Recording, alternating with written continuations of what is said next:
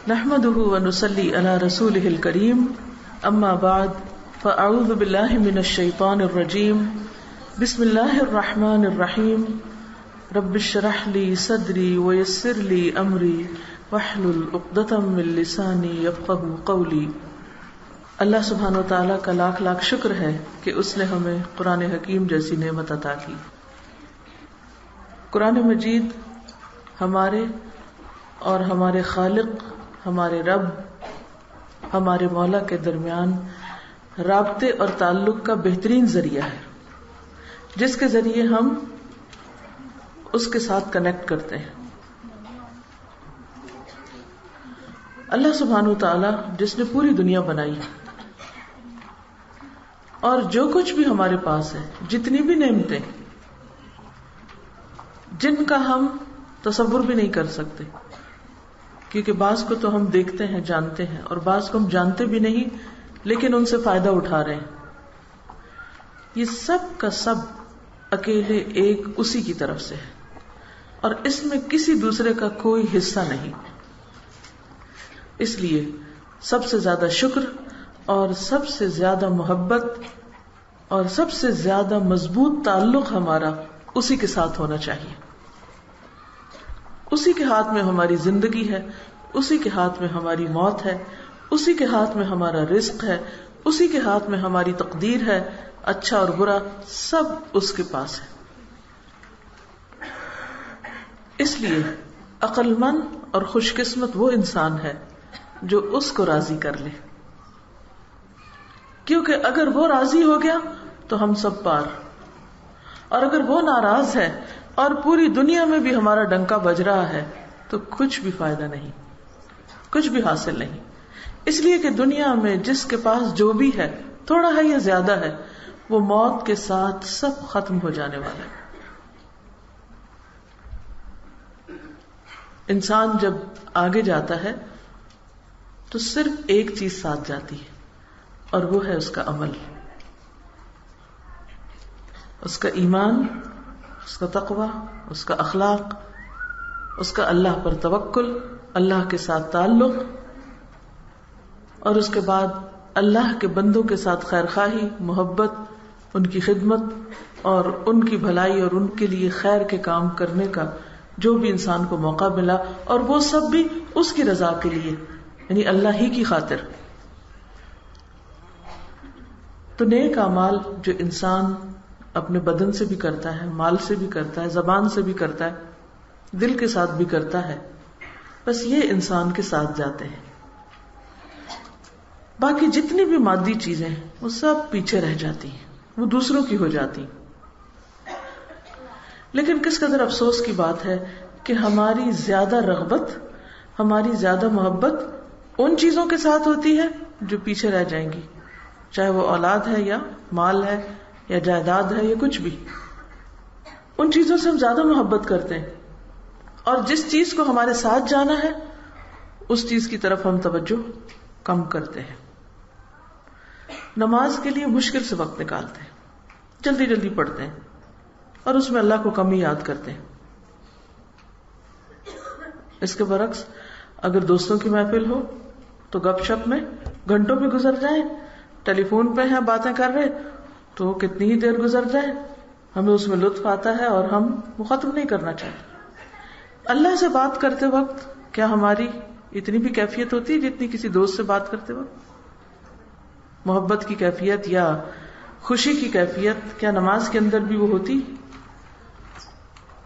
تو پھر ہم یہ کس کو دھوکہ دیتے ہیں؟ اپنے آپ کو ہی دیتے ہیں نا۔ ہم سب جنت کے خریدار ہیں، جنت کی طمع رکھتے ہیں، جنت میں جانا چاہتے ہیں، لیکن جو اس کی شرائط ہیں کیا ہم وہ بھی پورا کر رہے ہیں؟ ہم سب کو غور کرنا چاہیے۔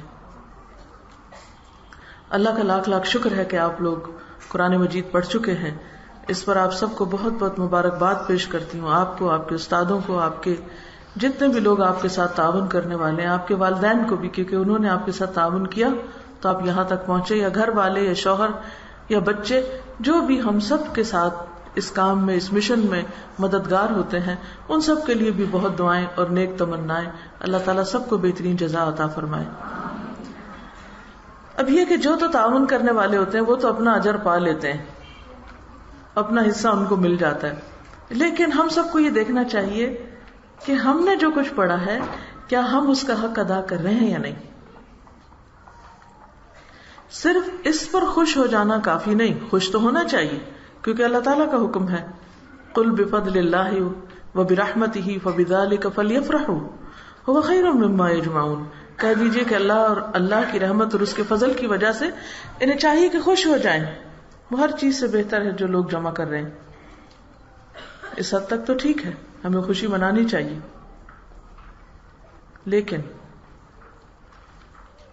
اس کے ساتھ ساتھ ہم سب کو یہ بھی سوچنا چاہیے کہ کیا ہم قرآن پاک کا حق ادا کرنے والے ہیں؟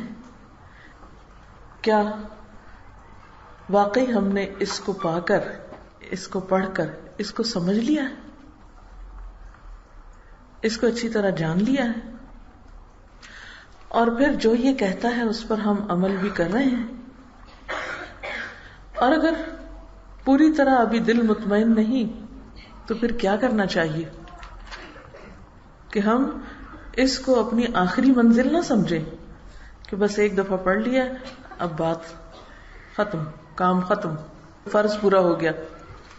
مجھے یاد ہے اچھی طرح کہ جب ہمارے اسکول کی ایک کلاس ختم ہوتی تھی، یعنی ایک جماعت ختم ہوتی، تو جتنی بھی کتابیں ہوتی تھیں، جو آخری امتحان کا دن ہوتا تھا اس دن ساری کتابیں اکٹھی کر کے وہ اسٹور میں رکھاتے تھے. ختم. اس کے بعد کبھی ان کو کھول کے نہیں دیکھا، شکر کرتے تھے ختم ہوا، جان چھوٹی. اور اسی طرح ہر سال 31 مارچ آتا تھا، جب ہم پڑھتے تھے اس وقت 31 مارچ کو رزلٹ نکلا کرتا تھا. کئی سالوں تک یہی عمل ہم دہراتے رہے کہ کتابیں سمیٹ کے ایک طرف رکھتے رہے. لیکن قرآن مجید کے ساتھ یہ معاملہ نہیں کیا جا سکتا کہ کورس ختم، کلاس ختم، کام ختم، قرآن ختم اور بس اب ختم ہی ختم، اور اس کو اٹھا کے کہیں رکھ دیا جائے. ہرگز نہیں، ایسا نہیں کر سکتے. بلکہ یہ تو ایک دفعہ جب سمجھ کے پڑھ لیا جاتا اور یہ مکمل ہو جاتا تو اس کے بعد پھر ہم اس کو دوبارہ خوشی کے ساتھ کھولیں کہ اب جب میں شروع کر رہی ہوں تو اب میرے لیے کتنا آسان ہو گیا کہ میں جہاں سے بھی چاہوں پڑھوں. اچھا، جنت میں اللہ سبحانہ وتعالیٰ نے حضرت آدم اور حوا کو جب بھیجا تھا تو آپ نے قرآن مجید میں پڑھا کہ اللہ تعالیٰ نے ان کو کیا کہا تھا کہ جاؤ جہاں سے تمہارا جی چاہے کھاؤ. اب آپ دیکھیے کہ آپ نے کئی باغ دیکھے ہوں گے، اور اس باغ میں چاہے اپنا ہو چاہے کسی اور کا، امی ابا کا بھی باغ ہو نا، تو آزادی سے نہیں اندر جانے دیتے. وہ یہ نہیں کہتے جہاں سے جی چاہے کھاؤ، وہ کیا کہتے ہیں سارے درخت خراب نہیں کرنے، بس یہ ایک گھر کے کھانے والوں کے لیے، باقی جائے گا بکنے کو. اللہ سبحانہ وتعالیٰ نے جنت ایسی جگہ رکھی ہے جہاں انسان کو کہا جائے گا جاؤ جہاں سے جی چاہے کھاؤ. تو وہ خوشی کی کیا کیفیت ہوگی؟ کیونکہ کسی بھی جگہ جا کر اگر انسان پہ پابندیاں لگ جائیں نا، یہ نہ کرو، وہ نہ کرو، ایسا نہیں کرنا، ویسا نہیں کرنا، تو انسان کا دل گھبرانے لگتا ہے، چاہے وہ کتنی خوبصورت جگہ کیوں نہ ہو. لیکن خوشی کی ایک وجہ انسان کو ملنے والی ایک مکمل آزادی بھی جو جنت میں انسان کو ملے گی، جہاں کوئی ریسٹرکشن نہیں. اب آپ دیکھیے خوشی کی اس کیفیت کو آپ امیجن کریں کہ میں جہاں سے جو جی چاہے لوں. یہ تو پھل ہیں جنت کے جن کو دیکھ کے انسان خوش ہوتا ہے، یہ جنت کے باغ ہیں. لیکن قرآن کی شکل میں ہمارے پاس ایک اور باغ بھی ہے کہ جس کو ہم جہاں سے جی چاہے کھولیں، جی چاہے پڑھیں، جی چاہے دیکھیں، اور جہاں سے جو چاہیں ہم حاصل کریں، سارا ہی سمجھ میں آتا ہے. اور اس کے پھل جس کو نصیب ہو جائیں اور جس کو یہ سمجھ میں آنے لگے، وہ حقیقی معنوں میں بڑا خوش قسمت ہے. اور وہ بھی اسی طرح خوش ہوتا ہے کہ کوئی صفحہ کھولتا ہے، کوئی پارہ کھولتا ہے، کوئی سورت کھولتا ہے، کہیں سے بھی کھولتا ہے، ایک عجیب لطف آتا ہے، اٹھاتے ہی مزہ آ جاتا ہے. لیکن یہ کون کر سکتا ہے؟ یہ مزہ کون اٹھا سکتا ہے؟ یہ خوشی کس کو مل سکتی؟ جس نے سبق اچھی طرح یاد کیا ہو، جس کو پھر اچھی طرح سمجھ آ گیا ہو. الحمدللہ ایک مرتبہ آپ نے پڑھا، آپ کو سمجھ آیا کچھ، لیکن اپنا ٹارگٹ یہ رکھے، گول یہ رکھے کہ میں نے اس کو اتنی دفعہ پڑھنا ہے، اتنی دفعہ اس کو سمجھنا ہے کہ بس پھر میں جہاں سے کھولوں مجھے فوراً سمجھ میں آ جائے. اور یہ کچھ مشکل نہیں، اس کے لیے بس ایک مسلسل لگاتار محنت اور اس کے ساتھ مضبوط تعلق چاہیے. اور جس طرح آپ زندگی کے اور بہت سے کام کرتے رہتے ہیں، اگر وقت کا کچھ حصہ اس کام کے لیے بھی لگا لیں تو جو آپ کو ملے گا وہ بے مثال. آج صبح کراچی سے ایک فون آیا مجھے، بچی تھی بہت پریشان، کہنے لگی کہ کچھ دن سے میرا بہت دل گھبرانے لگ گیا اور ایک ڈپریشن کی سی کیفیت ہے اور کچھ سمجھ میں نہیں آتا. میرے گھر والے مجھے ہاسپٹل لے گئے، انہوں نے نیورو سرجن کا بتایا، اب میری MRI ہوگی، اب معلوم نہیں کیا سے کیا آگے سلسلے. میں نے کہا آپ کو کچھ بھی نہیں ہے، آپ کے ہاتھ میں آپ کے پاس علاج موجود ہے. آپ ایک کام کریں، قرآن پڑھنا شروع کریں اور پڑھتی جائیں اور پڑھتی جائیں. ساتھ پانی رکھ لیں اور تھوڑی تھوڑی دیر میں اس کو پیتی جائیں. اور جب آپ سمجھے کہ آپ کا دل ہلکا ہو گیا، آپ کا غم دور ہو گیا، آپ کو خوشی ہونے لگ گئی، کیونکہ فَبِذَلِكَ فَلْيَفْرَحُوا، یہ قرآن خوشی دیتا ہے، اس کو پا کر حقیقت میں خوشی ملتی. میں نے کہا میں آپ کو گارنٹی دیتی کہ اسی کو پڑھتے پڑھتے پڑھتے آپ بالکل ٹھیک ہو جائیں گے، کیونکہ اللہ سبحانہ و تعالیٰ نے خود اس کے بارے میں فرمایا کہ یہ شفا ہے، یہ رحمت ہے، یہ اللہ کا فضل ہے. یہ کیسے ہو سکتا ہے کہ ہم اس کو پڑھیں اور پڑھتے جائیں اور سمجھیں اور پھر ہمیں خوشی نہ ہو اور ہمارا ڈپریشن دور نہ ہو اور ہمارے غم دور نہ ہو؟ یہ ہو ہی نہیں سکتا. ہر بلا اس سے دور ہوتی. کتاب انزلناہ مبارک، یہ کتاب جسے ہم نے اتارا ہے بہت برکت والی ہے. لیکن یہ برکتیں کب آتی؟ جب انسان اس کا واقعی خوشی سے پڑھتا ہے اور اس کو سمجھتا ہے. لیدبروا آیاتہ، تاکہ لوگ اس کی آیات میں غور و فکر کریں، تدبر کریں. ولیتذکر اولو الالباب، اور عقل مند لوگ نصیحت پکڑیں، سبق لیں. تو آپ دیکھیے کہ شیطان کا کام یہ ہوتا ہے کہ ہمارے اندر خلل پیدا کرتا رہتا ہے. وہ جو وسوسوں کی نجاست ہوتی ہے اس سے ڈپریشن ہوتا ہے، اس سے غم آتا ہے، وہ خوف زدہ کرتا ہے، پریشان رکھتا ہے، لوگوں سے ڈراتا ہے، مستقبل سے ڈراتا ہے، طرح طرح کے خیالات دل میں ڈالتا ہے اور آپ کو ہر وقت فکر مند رکھتا ہے. تو اس کے لیے کیا کرنا ہے؟ کس سے مدد لینی؟ اللہ سے. کیسے لینی؟ یہ قرآن اسی لیے تو آیا ہے کہ ہم شیطان کے شر سے بچ سکیں. تو جب ہم اس کو پڑھنا شروع کریں گے اور اگر ہم اس کو سمجھ رہے ہیں تو وہ جو وسوسے ڈالتا ہے نا ان کا جواب آنا شروع ہو جائے گا. یہ جو میں نے ٹیکنیک بتائی نا کہ آپ پڑھتی جائیں، اس کو پڑھتی جائیں اور تھوڑا تھوڑا پانی پیتی جائیں. پانی کیوں کہا؟ کیونکہ اللہ سبحانہ و تعالیٰ فرماتے ہیں پانی زندگی کی بنیاد ہے. پانی جو ہے وہ پاک کرتا ہے، انسان کو صاف کرتا ہے، بیرونی اور اندرونی طہارت کا ذریعہ بنتا ہے. تو جب آپ پانی پیتے ہیں تو ایک طرح سے آپ زندہ ہو رہے ہوتے ہیں. آپ کے اندر وہ جو ایک عجیب سی کیفیت ہوتی ہے اس کیفیت کو بھی دور کرتا ہے. اور ساتھ قرآن، انشاءاللہ کوئی غم، دکھ، بیماری، پریشانی نہیں رہے گی. اب آپ دیکھیے کہ قرآن پاک تو برکت والی ہے، رحمت ہے، ہدایت ہے، فضل ہے، بہت سی بھلائیاں اس کے ساتھ بندھی ہوئی ہیں. لیکن بعض اوقات ہمیں اس طرح فائدہ نہیں ہوتا. وہ کیوں؟ کیا اس میں قرآن مجید کا کوئی قصور ہے یا ہم میں کوئی غلطی ہو سکتی، ہم میں کوئی کمی ہو سکتی؟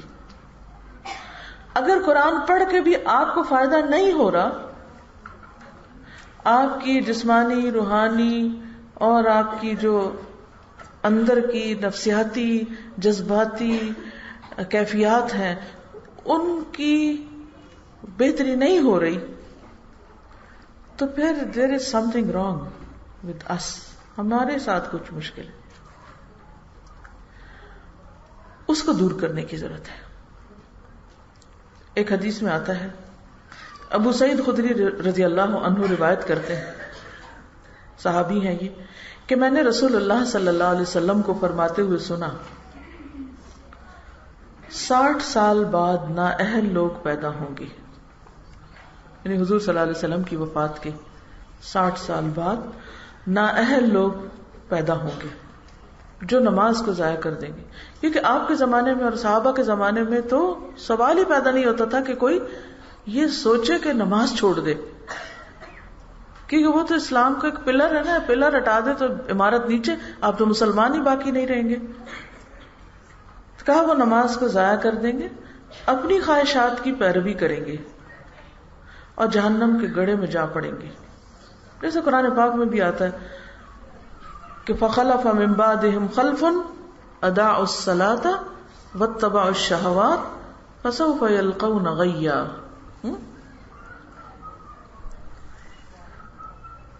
پھر فرمایا ان کے بعد ایسے لوگ جانشین ہوں گے، یعنی یہ لوگ جب پیدا ہو جائیں گے تو پھر ان کے بعد ایک اور جنریشن آئے گی جو قرآن تو پڑھیں گے لیکن وہ ان کے حلق سے نیچے نہیں اترے گا۔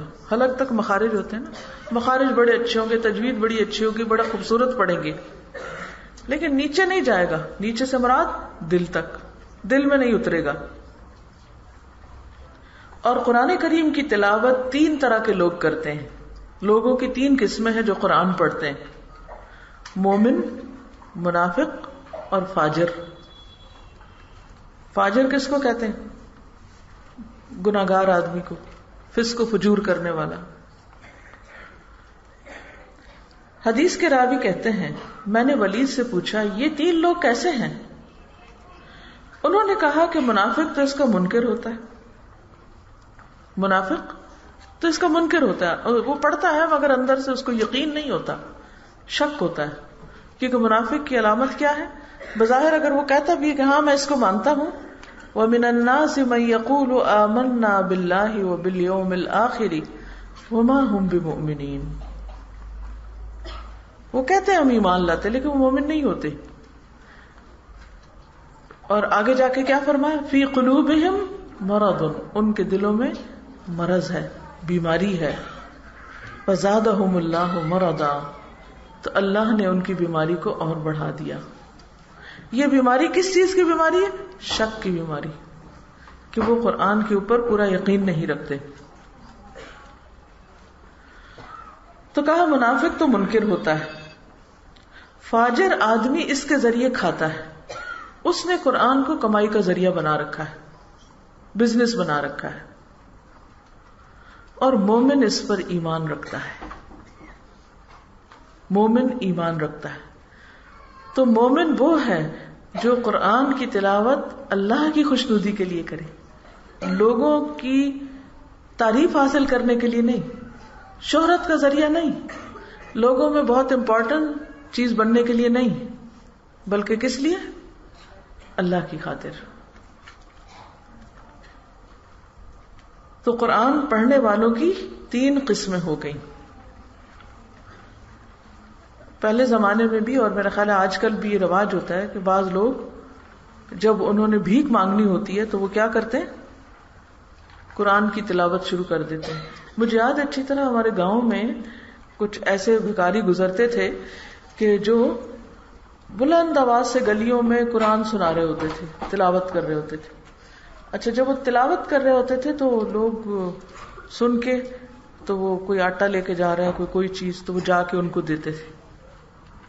وہ یہ نہیں کہتے تھے کہ ہمیں کچھ دو، وہ کیا کرتے تھے؟ تلاوت کرنے لگتے۔ تو انہوں نے تلاوت سیکھی یا تلاوت کرنے کا طریقہ اختیار کیا کس لیے؟ لوگوں کو متوجہ کرنے کے لیے، اس کو انہوں نے اپنی آمدنی کا ذریعہ بنا لیا۔ تو اگر آپ صرف اس لیے اچھی قرات کر رہے ہیں، تلاوت کر رہے ہیں، سنا رہے ہیں تاکہ اس کے ذریعے لوگ آپ کو مال دیں، تو یہ فجور ہے. پھر قرآن سیکھنے والوں کی 3 اقسام ہیں. ابو سعید خدری سے روایت ہے انہ سمع النبی صلی اللہ علیہ وسلم یقول تعلموا القرآن وصلوا اللہ بہ الجنہ وصلوا اللہ بہ الجنہ قبل ان يتعلمه قوم يسألون به الدنيا فإن القرآن يتعلمه 3 رجل يباهي به ورجل يستأكل به ورجل يقرأه لله. نبی صلی اللہ علیہ وسلم نے فرمایا قرآن سیکھو. الحمدللہ ہم نے اس حکم پر عمل کیا، اور اس کے ذریعے اللہ سے جنت کا سوال کرو. یعنی جب قرآن پڑھو یا پڑھاؤ تو کیا چاہو کہ اللہ میں اس کے بدلے میں کیا چاہتی ہوں؟ بتائیے. آپ بتائیں گے، ادھر ادھر دیکھنے سے تو نہیں بات بنی. آپ اپنے منہ سے بولیں گے تو مجھے سمجھ آئے گی. کیا کرنا ہے آپ نے؟ جنت. ٹھیک ہے. اچھا، ہمارے ہاں عام طور پر کیا ہوتا ہے کہ لوگ قرآن پڑھ کر کیا کرتے ہیں؟ یا جن بوت صرف بگاتے ہیں، یا اور کیا کرتے ہیں؟ ہاں؟ یا کوئی فوت ہو جائے تو سکت پڑھتے ہیں اس کو ثواب دینے کے لیے، یا پھر ہاں پڑھ کے یا بلا دیتے ہیں. صحیح. بہرحال یہاں پر آپ دیکھیے کہ آپ نے فرمایا کہ تم جب سیکھو، پڑھو اس کو، تو کیا کرو؟ اللہ جنت عطا کر، یعنی جنت کا شوق لگ جائے. یعنی قرآن اس کے دل میں اترا نظر آتا ہے جس کو جنت کا شوق لگ جائے، جس کے لیے جنت منزل بن جائے، اور دنیا کی لالچ سے نظر اٹھ جائے، نیچے سے نظر اٹھ جائے، اوپر ہو جائے نظر. کل ہم لاہور میں تھے تو کسی نے ایک بچی سے ملوایا، کہا کہ یہ بچی ایسٹروناٹ بننا چاہ رہی تھی اور یہ چاہتی تھی کہ میں چاند پر جاؤں. تو پھر یہ قرآن پڑھنے لگی. تو میں نے کہا کہ آپ نے تو بڑا اچھا سودا کیا ہے کہ چاند سے بھی اوپر کی منزل اپنے لیے پسند کر لی. یعنی ایک تعلیم ہے جو آپ کو بس چاند تک لے جائے گی، اور ایک تعلیم ہے جو آپ کو چاند سے بھی اوپر لے جائے گی. جنات الفردوس، جنت عدن، بلند جنتیں. تو اب یہ ہم پر ہے نا کہ ہم کیا سودا کرتے ہیں، کیا چاہتے ہیں، کیا پسند کرتے ہیں اپنے لیے، کہاں تک ہے نگاہ ہماری، اس کے بدلے میں کیا چاہتے ہیں. تو اپنے سے کہا کرے کہ جنت سے کم کسی چیز پر راضی نہیں.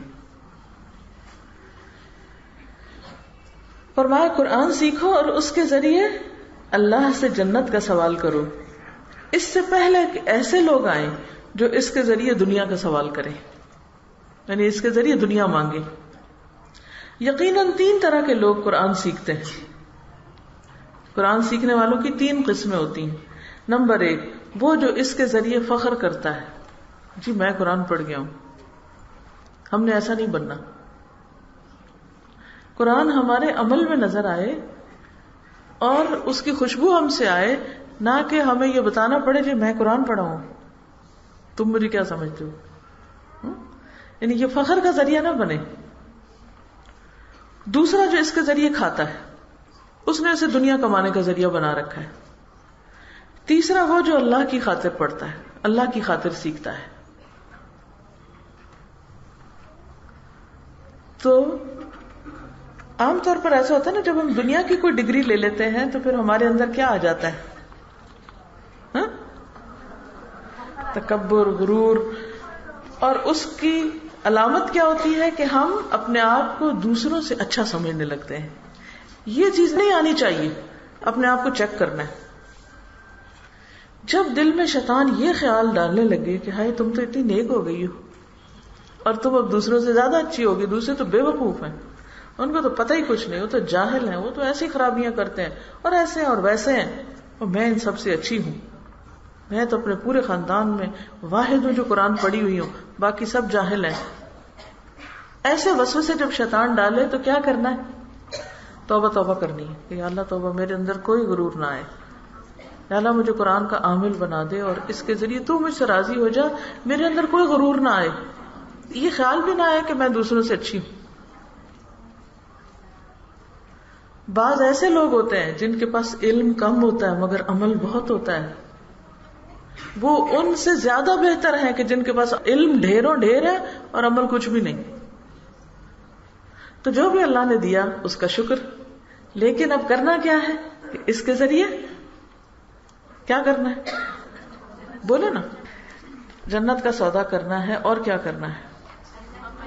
اپنے آپ کو بڑا نہیں سمجھنا، اپنے اوپر فخر نہیں کرنا، ٹھیک ہے، اور شکر کرنا ہے. یعنی جس وقت آپ کو یہ خیال آنے لگے نا کہ آپ کو تو دوسروں سے زیادہ پتا ہے، تو کہ توبہ اللہ، میں زیادہ اچھی تو نہیں ہوں مگر اللہ تیرا شکر کہ اگر تو نے مجھے علم زیادہ دے دیا. ایک اور روایت میں عباس بن عبد المطلب کہتے ہیں کہ رسول اللہ صلی اللہ علیہ وسلم نے فرمایا یہ دین غالب ہوگا، یعنی ایک وقت آئے گا کہ ہر طرف اسلام پھیل جائے گا، یہاں تک کہ سمندروں کے پار چلا جائے گا. جیسے افریقہ فتح ہوا، ترکی فتح ہوا، اور علاقے مسلمانوں نے فتح کیے، مشرق مغرب میں ہندوستان کی طرف آ گئے، یہ سب سمندروں کے پار ہیں. آپ نے دیکھا ہوگا کہ عرب جزیرہ ہے سمندروں کے بیچ میں، تو آپ نے خوشخبری دی کہ یہ سمندروں کے پار چلا جائے گا، ہر طرف اسلام کا دور دورہ ہو جائے گا. گھوڑوں کو اللہ کی راہ میں مصروف کر دیا جائے گا، یعنی ہر طرف جہاد ہو رہا ہوگا. پھر ایسے لوگ آئیں گے، یعنی اس کے بعد ایک اور دور آئے گا جب ہر طرف اسلام پھیل جائے گا، جو قرآن پڑھیں گے اور پڑھنے کے بعد کہیں گے ہم نے قرآن پڑھ لیا ہے، ہم قرآن پڑھے ہوئے. ہم سے زیادہ پڑھنے والا کون ہے؟ ہم سے زیادہ علم والا کون ہے؟ پھر آپ نے اپنے صحابہ کی طرف متوجہ ہو کر پوچھا تمہارا کیا خیال ہے، ان میں کوئی خیر ہوگی؟ انہوں نے کہا نہیں. آپ نے فرمایا یہ لوگ تم میں سے ہوں گے، یہ لوگ اس امت میں سے ہوں گے، یہ لوگ آگ کا ایندھن ہوں گے. تو فخر تو آنا ہی نہیں چاہیے، غرور تو آنا ہی نہیں چاہیے. ہمیشہ اپنے اندر عاجزی رکھیں، اور آتا بھی ہو تو اس کو سنبھال کے رکھیں، فخر کا ذریعہ نہیں بنانا. اب آپ سوچ رہے ہیں کہ اس سے بہتر پڑھے ہی نا، یہ تو حل نہیں ہے. اس کا مطلب یہ نہیں ہے کہ پڑھے نہ پڑھنا اور پڑھنا برابر نہیں ہوتا. پڑھنے والے نہ پڑھنے والوں سے بہرحال بہتر ہوتے ہیں، لیکن پڑھ کر فخر کرنے والوں سے وہ بہتر ہوتے ہیں جو پڑھ کے فخر نہ کریں، عمل کریں. تو اب آپ نے کون سی جگہ پہ رہنا ہے؟ پڑھنا نہیں پڑھنا ہے، پڑھ کر فخر نہیں کرنا، پڑھ کر عمل کرنا ہے، اور اس کے ذریعے جنت مانگنی ہے، جنت کا سوال کرنا ہے. تو یہ ہے نا کرنے کا کام، ٹھیک ہے.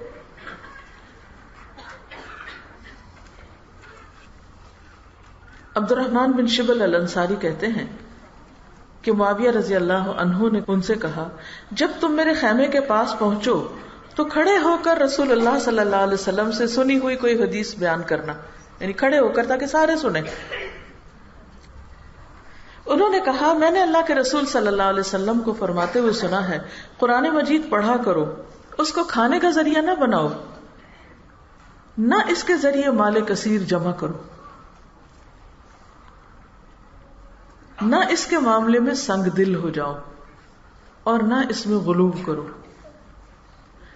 اس کا کیا معنی ہے؟ یعنی باقی چیزیں تو ہم نے سمجھ لی پیچھے سے، اس کے معاملے میں سنگ دل نہ ہو جاؤ، یعنی یہ پڑھ کر تمہارے اندر سختی نہ آ جائے، بلکہ کیا آئے؟ نرمی آئے. کیونکہ آپ نے دیکھا ہوگا کہ بعض اوقات بچے قرآن حفظ کرنا شروع کرتے ہیں تو ان کے اندر کیا آتی؟ ایک ہاتھ سختی آنے لگتی، ہوتا ہے نا.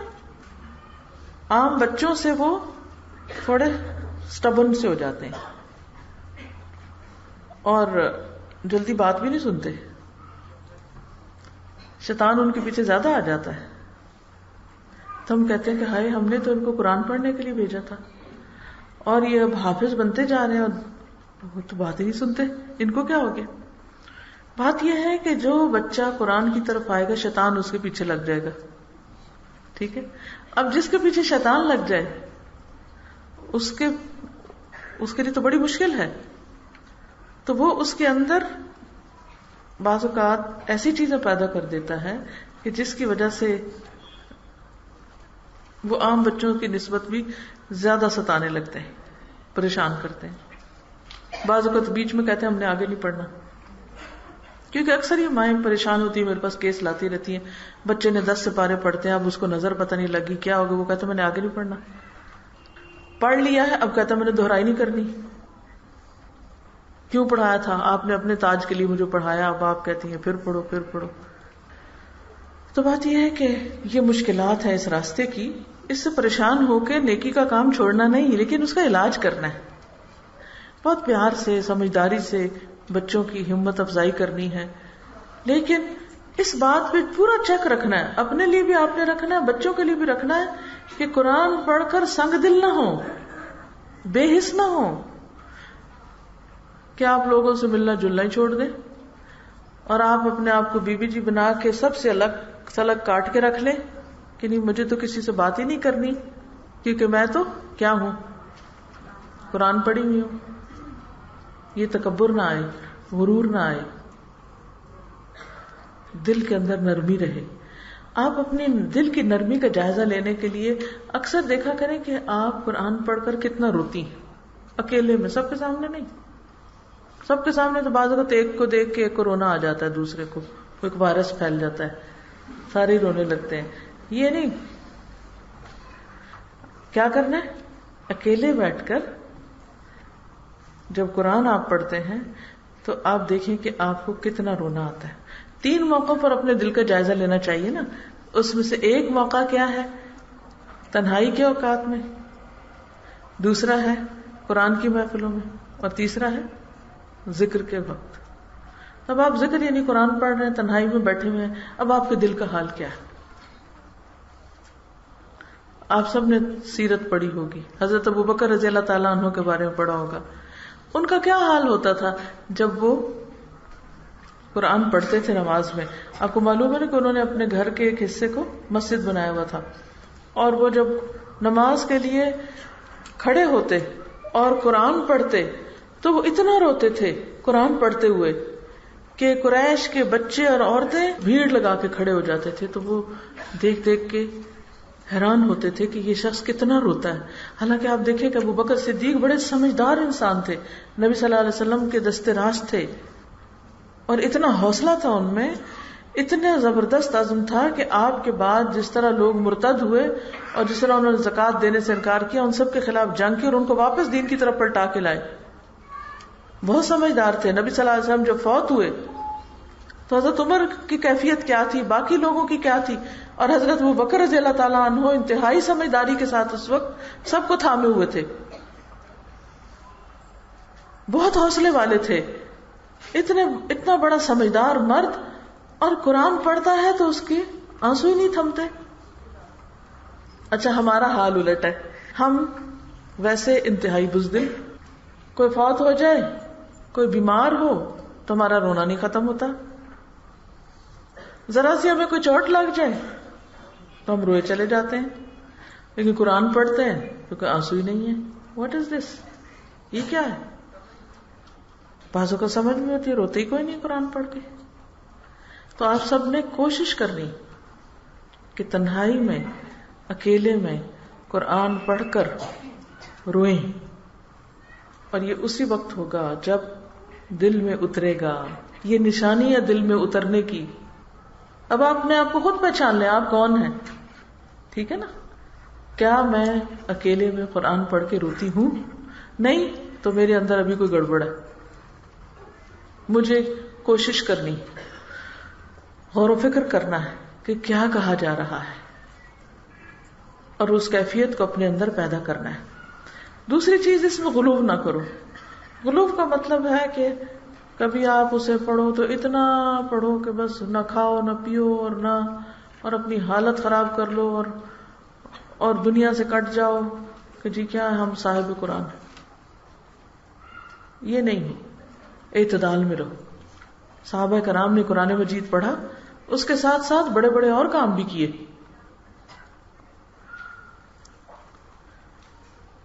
پھر اسی طرح ایک اور حدیث ہے، نبی صلی اللہ علیہ وسلم نے فرمایا کہ جو علم اللہ کی رضا کے لیے حاصل کیا جاتا ہے، جس سے اللہ کو خوش کرنا مقصود ہے، جس نے اسے دنیا کا مال و متاع حاصل کرنے کے لیے سیکھا، اسے قیامت کے دن جنت کی خوشبو بھی نہ آئے گی. جنت کی خوشبو بھی نہیں. جنت کہاں سے؟ جنت ملنا تو دور کی بات، جنت کی خوشبو بھی نہ آئے گی. اس لیے قرآن مجید کا سیکھنا اور سکھانا خالصتاً کس کے لیے ہو؟ اللہ کی رضا کے لیے، کہ میرا رب مجھ سے راضی ہو جائے، وہ خوش ہو جائے. اچھا اب آپ بتائیے کہ جب اللہ آپ سے راضی ہو جائے تو اس کے بدلے میں آپ کو دنیا میں کچھ ملے گا؟ آخرت میں کچھ ملے گا؟ جس سے رحمان محبت کرے اس کے لیے کوئی کمی ہو سکتی ہے کسی چیز؟ نہیں ہو سکتی. اس کو سب سے پہلے تو اس کا دل غنی ہو جاتا ہے، اس کے اندر ایک بے نیازی آ جاتی ہے، وہ دنیا کی غلامی سے نکل آتا ہے، وہ نفس کی غلامی سے نکل آتا ہے، وہ اپنی خواہشات کی غلامی سے نکل آتا ہے. اللہ اور اس کا رسول اسے ہر چیز سے زیادہ محبوب ہو جاتے ہیں. ان کی خوشی کے لیے وہ ہر چیز قربان کرنا جانتا تھا کہ اپنی جان بھی اس کے لیے دینا کچھ مشکل نہیں ہوتا.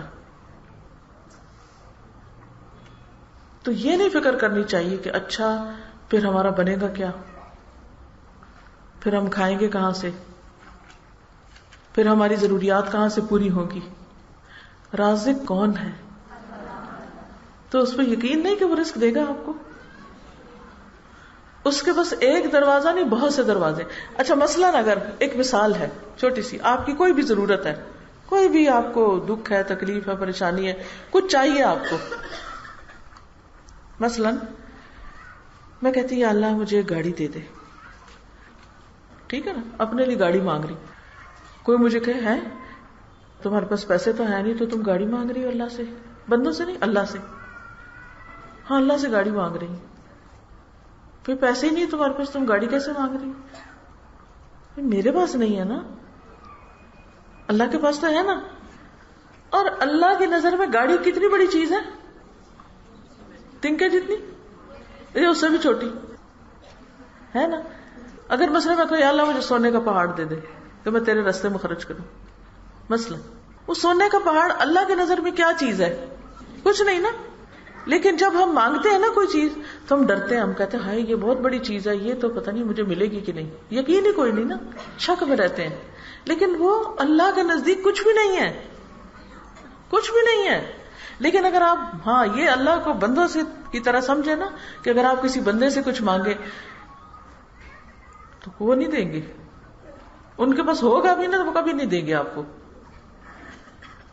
وہ کہیں ہم کیوں دیں گے، وہ ہمارے جیسے ہو جائے، شریک ہو جائے ہمارے. لیکن اللہ ایسا نہیں ہے.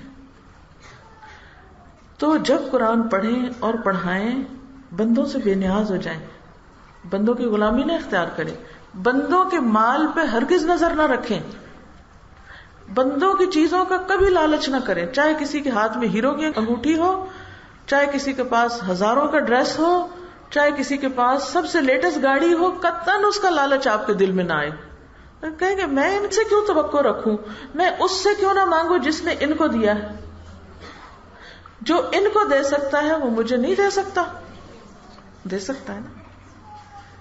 تو یہ جتنی بھی حدیثیں اور جس میں ہمیں اس چیز سے روکا گیا ہے کہ قرآن پڑھ کے ہم لالچ نہ رکھیں، یہ اس لیے ہے تاکہ ہم اس غلامی سے باہر نکل آئیں، ساری توقع اللہ پہ رکھیں.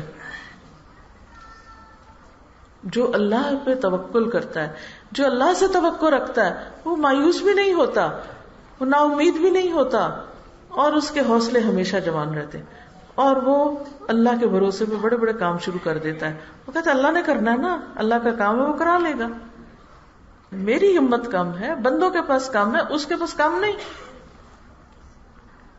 کیا نبی صلی اللہ علیہ وسلم کے پاس کوئی بڑے بڑے خزانے تھے؟ جو آتا تھا کیا کرتے تھے؟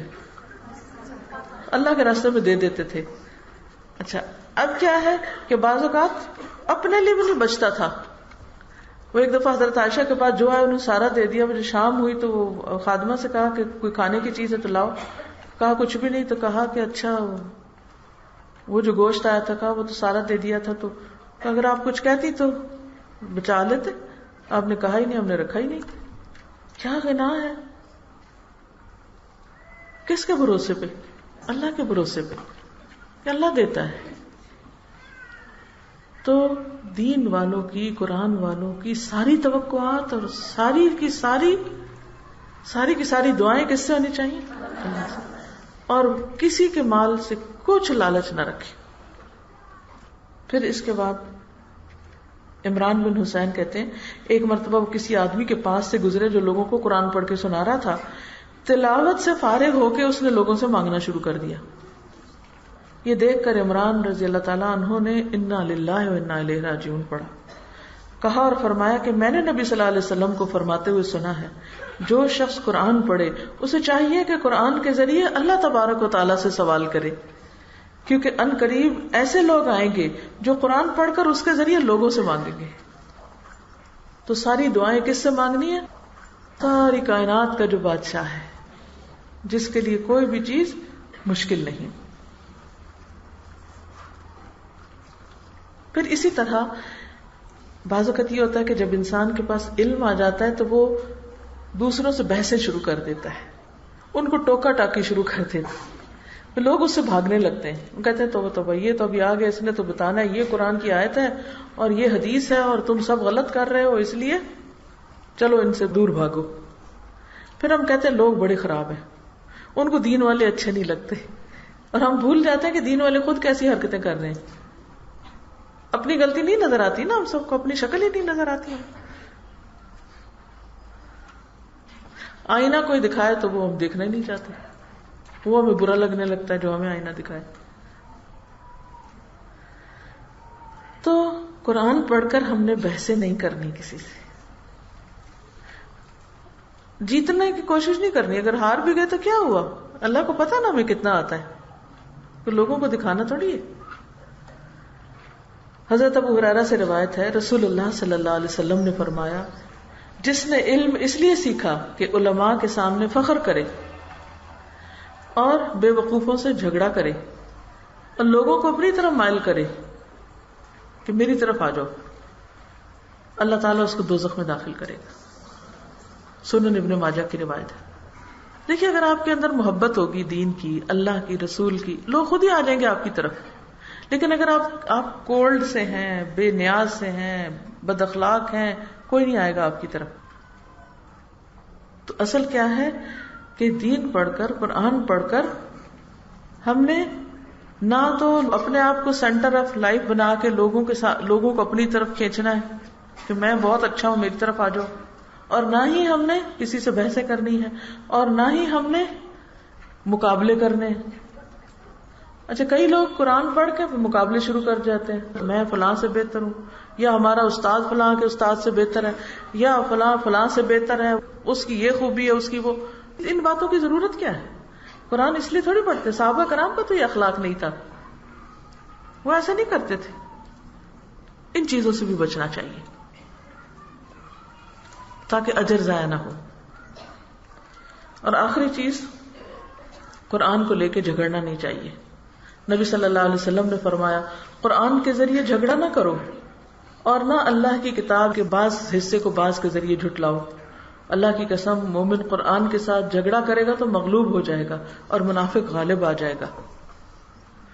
بعض اوقات ہوتا ہے نا لوگ ویسے شروع کر دیتے ہیں اور آپ قرآن کی آیتیں کوٹ کرنا شروع کر دیتے ہیں، تو ہو سکتا ہے وہ ایسی حجت بازی کرے تو اس وقت آپ اس کے جواب میں اور آیت نہ لا سکیں.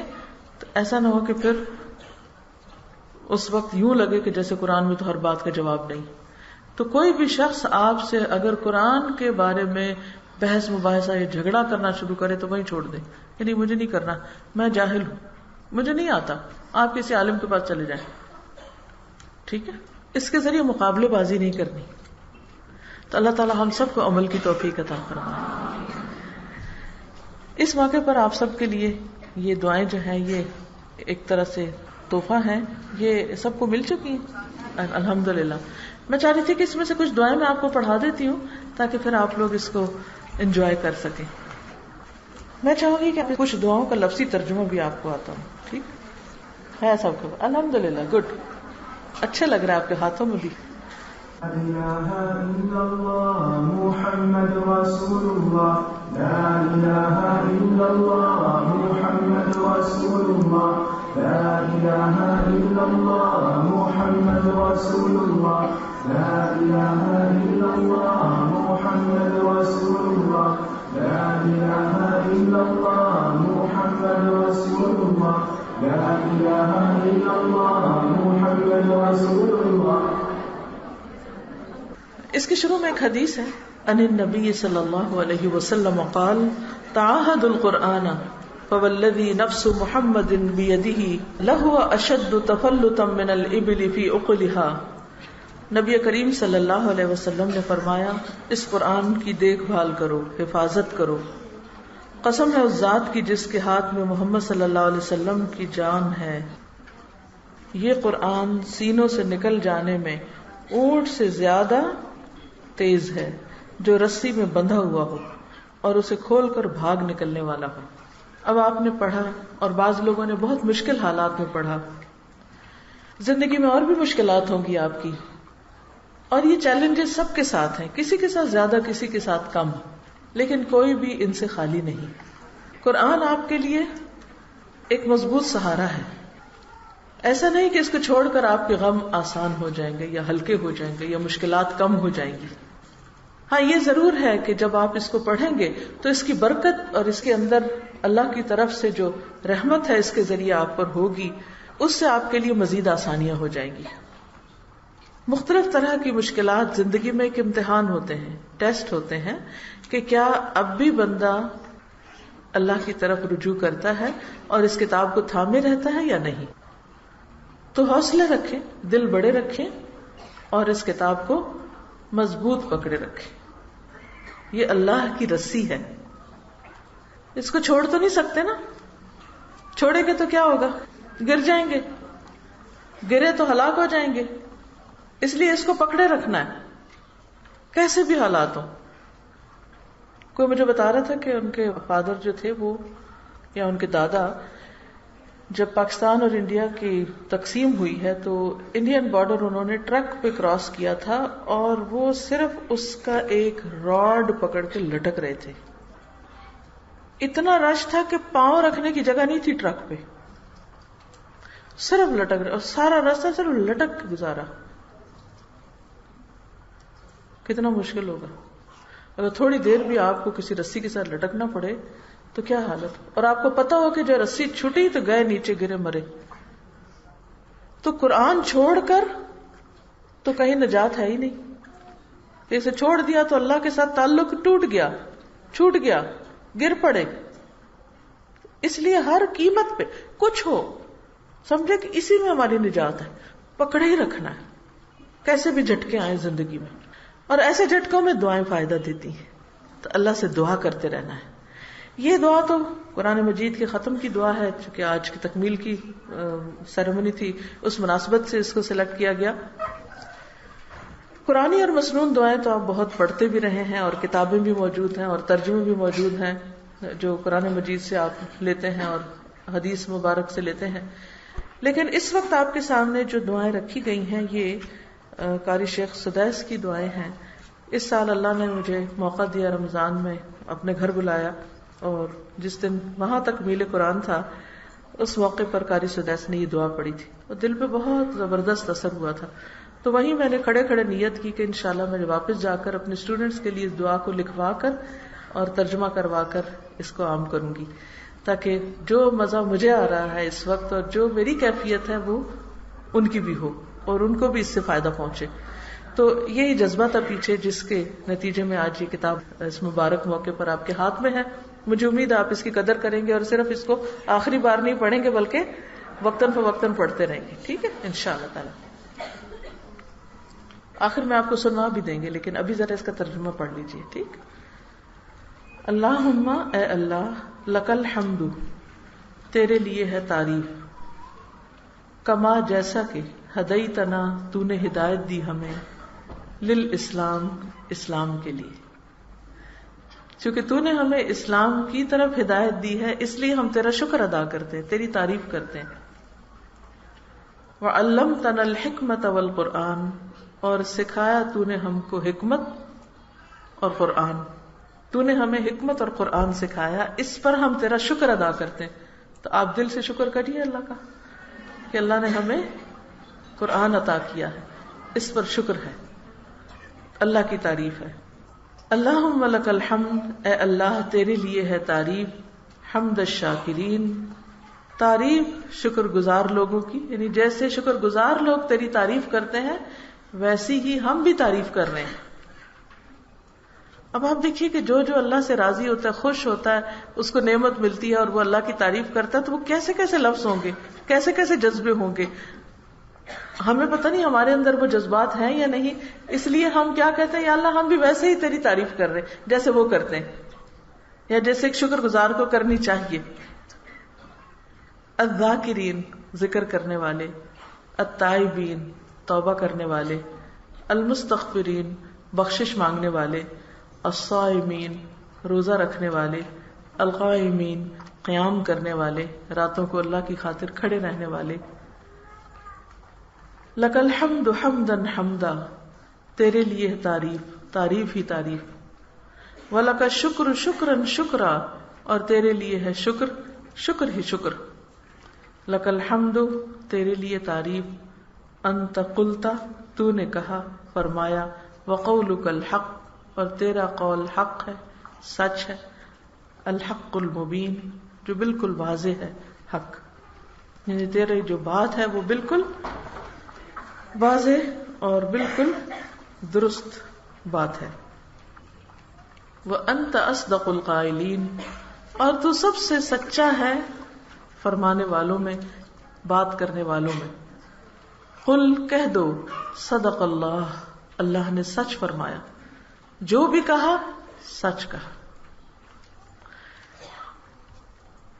مجھے وہ کسی خاتون کی بات نہیں بھولتی کہ جس کو قرآن پڑھنا نہیں آتا تھا تو وہ کیا کرتی تھی، بزرگ ہو گئی تھی، پڑھنے کا کوئی موقع ذریعہ ہی نہیں تھا، تو وہ قرآن پاک کھول لیتی اور ہر لائن پر ہاتھ رکھتی جاتی اور کہتی، اللہ جو آکھے سچ آکھے، جو آکھے سچ آکھے. اب آپ دیکھیں کہ ایک شخص اپنے دل کے جذبات کس طرح ظاہر کرتا ہے. تو ہمیں بھی غور کرنا چاہیے کہ کیا ہم بھی پڑھنے کے ساتھ ساتھ یہ سوچتے ہیں کہ جو اللہ نے فرمایا سچ فرمایا. تو اگر نہیں کہا تو کہو قل صدق اللہ، کہہ دیجیے اللہ نے سب کچھ سچ کہا ہے.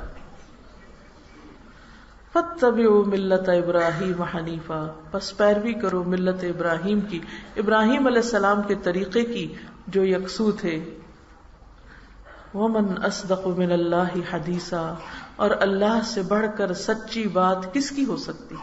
ومن اصدق من اللہ قیلا اللہ سے بڑھ کر سچا قول کس کا ہو سکتا ہے. لا الہ الا اللہ نہیں کوئی الہ مگر اللہ. المتوحد فی الجلال بکمال الجمال تعظیما و تکبیرا. المتوحد جو یکتا ہے، اکیلا ہے، فی الجلال جلال میں، بکمال الجمال کمال خوبصورتی کے ساتھ، تعظیماً بڑائی میں، و تکبیرا تعظیم میں عظمت کے اعتبار سے، و تکبیرا اور بڑائی کے اعتبار سے. یعنی اللہ جو اپنے جلال اور کمال حسن میں یکتا ہے، اس جیسا کوئی اور ہے ہی نہیں، نہ کسی کا جلال نہ کسی کا حسن، عظمت کے اعتبار سے بھی اور بڑائی کے اعتبار سے بھی. المتفرد بالکل تنہا فرد، بتصریف الامور علی التفصیل والاجمال کہ جو کاموں کو چلاتا ہے، یعنی جو کاموں کو چلانے میں تفصیل اور اجمال، تفصیل کہتے ہیں ڈیٹیل کو اور اجمال کہتے ہیں اختصار کو. تفصیلی اور اجمالی طور پر چلانے اور ان کی تدبیر اور تقدیر کرنے میں بالکل اکیلا ہے.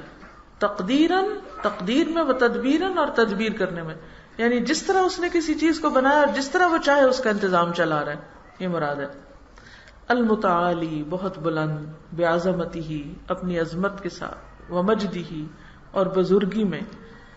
الذی، وہ جس نے نزل الفرقان علی عبدہ، اتارا ہے فرقان کو اپنے بندے پر، لیکون للعالمین نذیرا، تاکہ وہ ہو جائے سارے جہان والوں کے لیے ڈرانے والا، خبردار کرنے والا.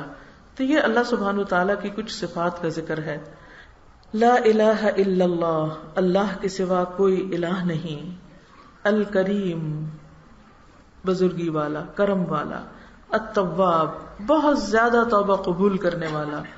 اللطیف، بہت باریک بین. الوہاب، بہت عطا کرنے والا، بخشش کرنے والا. الذی، وہ جو خضعت، جھکی ہوئی ہیں. خضوع ہوتا نا، خشوع اور خضوع، اسی سے خضعت. لعظمتہ، اس کی عظمت کے لیے. الرقاب، گردنیں اس کی عظمت کے آگے جھکی ہوئی ہیں. جیسے نماز میں ہم کھڑے ہوتے ہیں تو کیسے کھڑے ہونا چاہیے؟ یوں. کیسے کھڑے ہوتے ہیں؟ نیچے دیکھنا چاہیے سجدے کی جگہ. اب آپ دیکھیں کہ جیسے حرم بھی ہے تو اس وقت جب یہ دعا پڑھی جا رہی تھی تو میں سوچ رہی تھی کہ اس وقت یہاں بادشاہ بھی کھڑے ہوں گے، وزراء بھی کھڑے ہوں گے، مختلف ملکوں کے بڑے بڑے لوگ، مالدار، ہر طرح کے لوگ کھڑے ہوں گے. لیکن کس طرح کھڑے ہیں سارے اس وقت؟ کبھی آپ حرم کی نماز میں تو وہ دیکھیں نا لوگوں کو کھڑے ہوتے ہوئے، کوئی پتہ نہیں کہ کون کون ہے اور کیا ہے، کون عالم ہے، کون جاہل ہے، کون دولت مند ہے اور کون فقیر ہے، اور کون کہاں سے آیا، کس کا کیا رتبہ اور ہستی. سب وہاں کس طرح کھڑے ہوتے ہیں؟ گردنیں جھکا کے. اور یہ تو دنیا کا منظر ہے، اور ایک آخرت میں بھی ہوگا جب سب جھکے ہوئے ہوں گے. وَذَلَّتْ لِجَبَرُوتِهِ الصِّعَابُ، اور ذلت کا معنی بھی مطیع ہیں، جھکے ہوئے ہیں. لِجَبَرُوتِهِ، اس کے جبروت کے آگے. الصِّعَاب، بڑے بڑے دشوار لوگ، مشکل.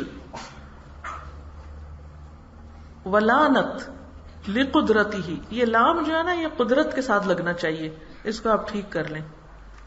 یہ بعض اوقات رائٹنگ میں مسٹیک ہو جاتی ہے نا، لام الف لا، نون اور تے، لانت لقدرتہ. ٹھیک ہے،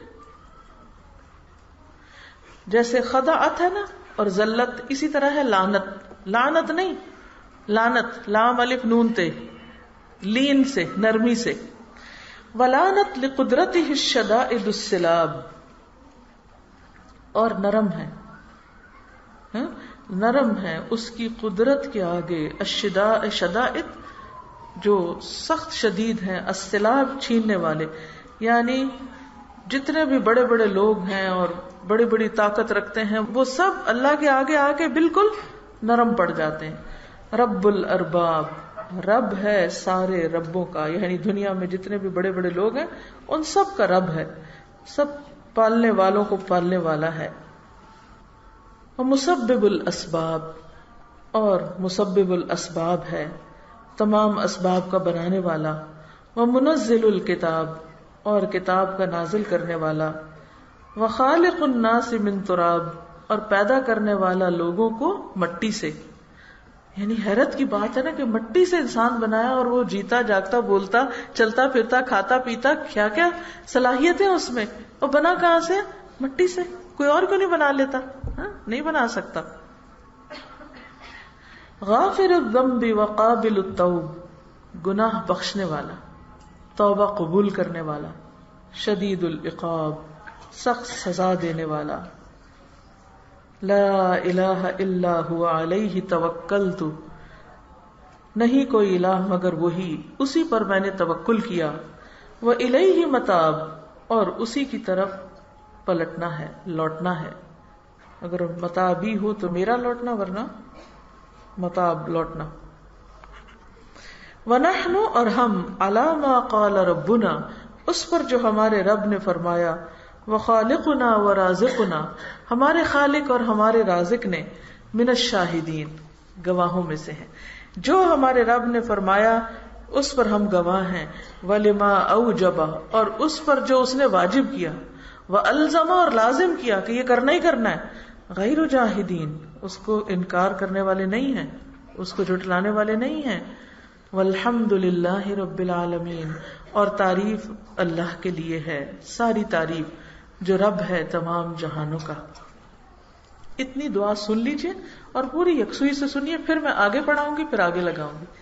اللهم لك الحمد حمد الشاكرين الذاكرين التائبين المستغفرين الصائمين القائمين، لك الحمد حمدا حمدا ولك الشكر شكرا شكرا، لك الحمد أنت قلت وقولك الحق المبين وأنت أصدق القائلين، قل صدق الله فاتبعوا ملة إبراهيم حنيفا ومن أصدق من الله حديثا ومن أصدق من الله قيلا لا إله أرحم الراحمين. سمجھ آ رہی تھی اب؟ تو جب سمجھ کے سنتے ہیں تو پھر دل کی کیفیت کچھ اور ہوتی، اور انشاءاللہ اللہ تعالیٰ آپ سب کو حج عمرے نصیب کرے اور آپ وہاں جائیں، اور جب یہ دعائیں سنیں تو انشاءاللہ آپ کو بھی ویسے ہی رونا آئے گا جیسے کسی بھی سمجھنے والے کو، کیونکہ ایک تو اللہ کا گھر ہوتا ہے، پھر اتنے سارے لوگوں کا مجموعہ اور سب کی آمین ہو رہی ہوتی ہے، اور پھر یہ ہے کہ دعا بھی سمجھ آ رہی ہوتی ہے اور ایک یکسوئی کے ساتھ انسان مانگ بھی پاتا ہے.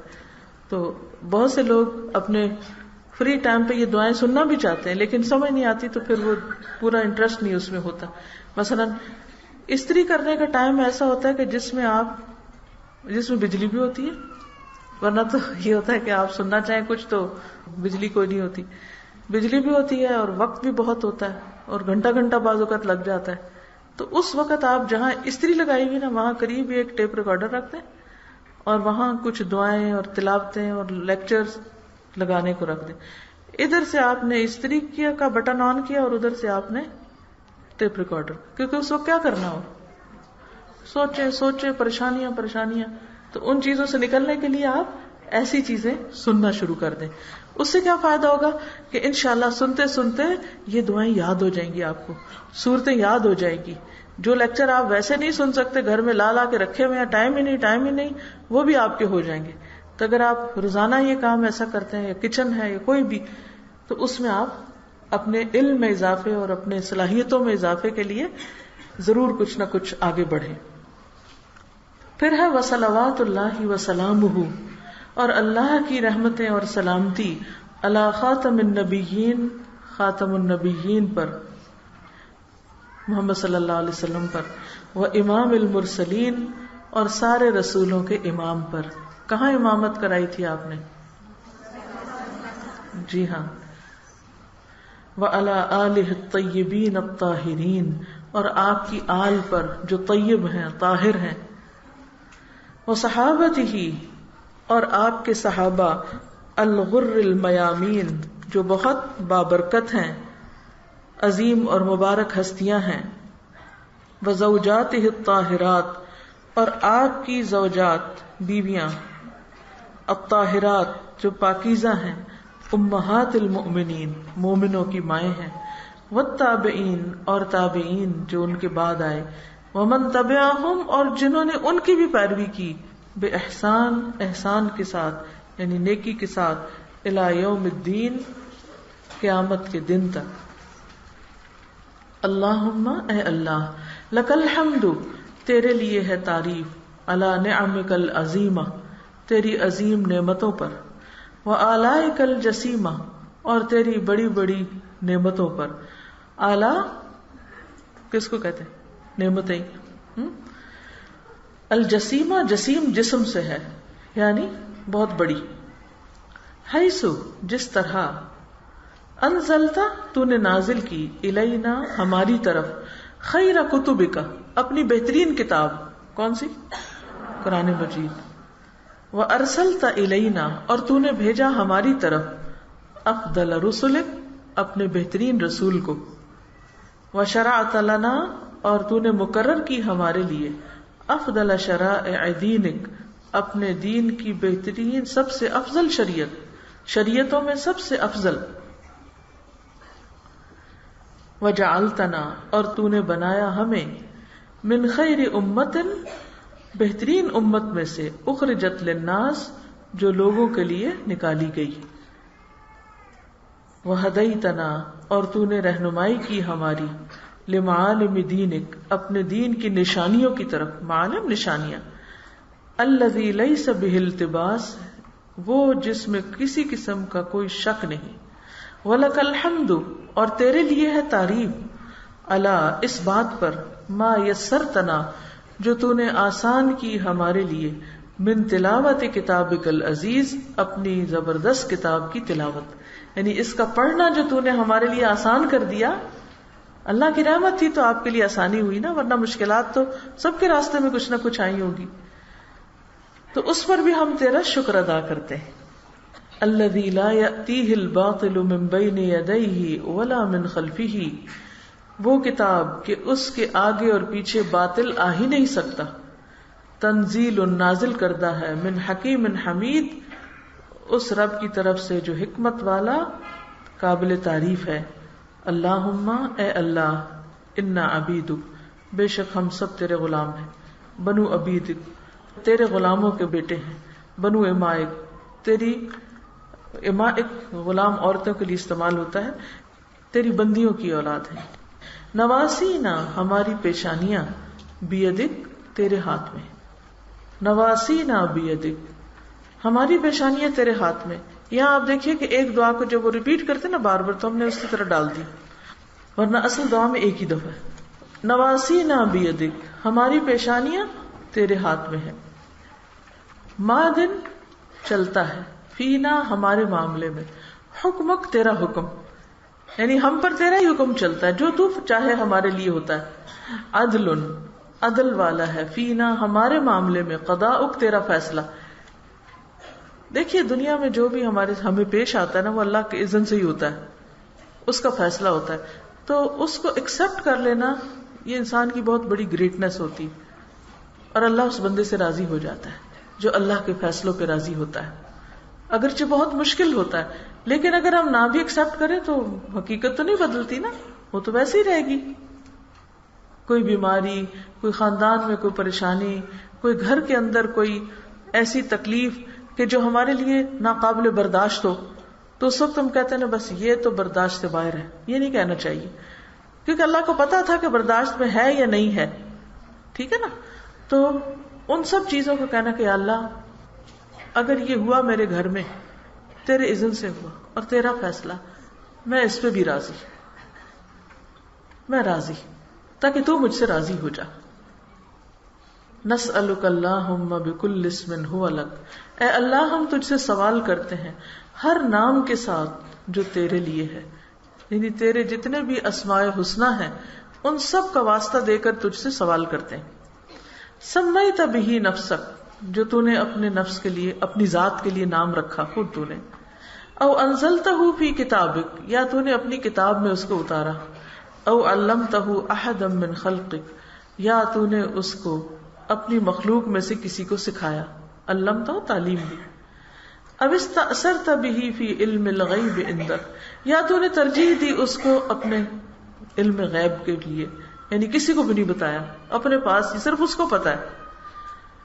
انت جعل القرآن ان سارے ناموں کا واسطہ دے کے ہم تجھ سے ایک دعا کر رہے ہیں کیا کہ تو بنا دے قرآن عظیم کو. انت جعل القرآن العظیم کیا بنا دے ربیع قلوبنا ہمارے دلوں کی بہار, ونور صدورنا اور ہمارے سینوں کا نور, وجلاء احزاننا اور ہمارے غموں کو دور کرنے کا ذریعہ, غموں کا مداوا, وذهاب همومنا وغمومنا اور ہمارے دکھوں اور فکروں کا مداوا.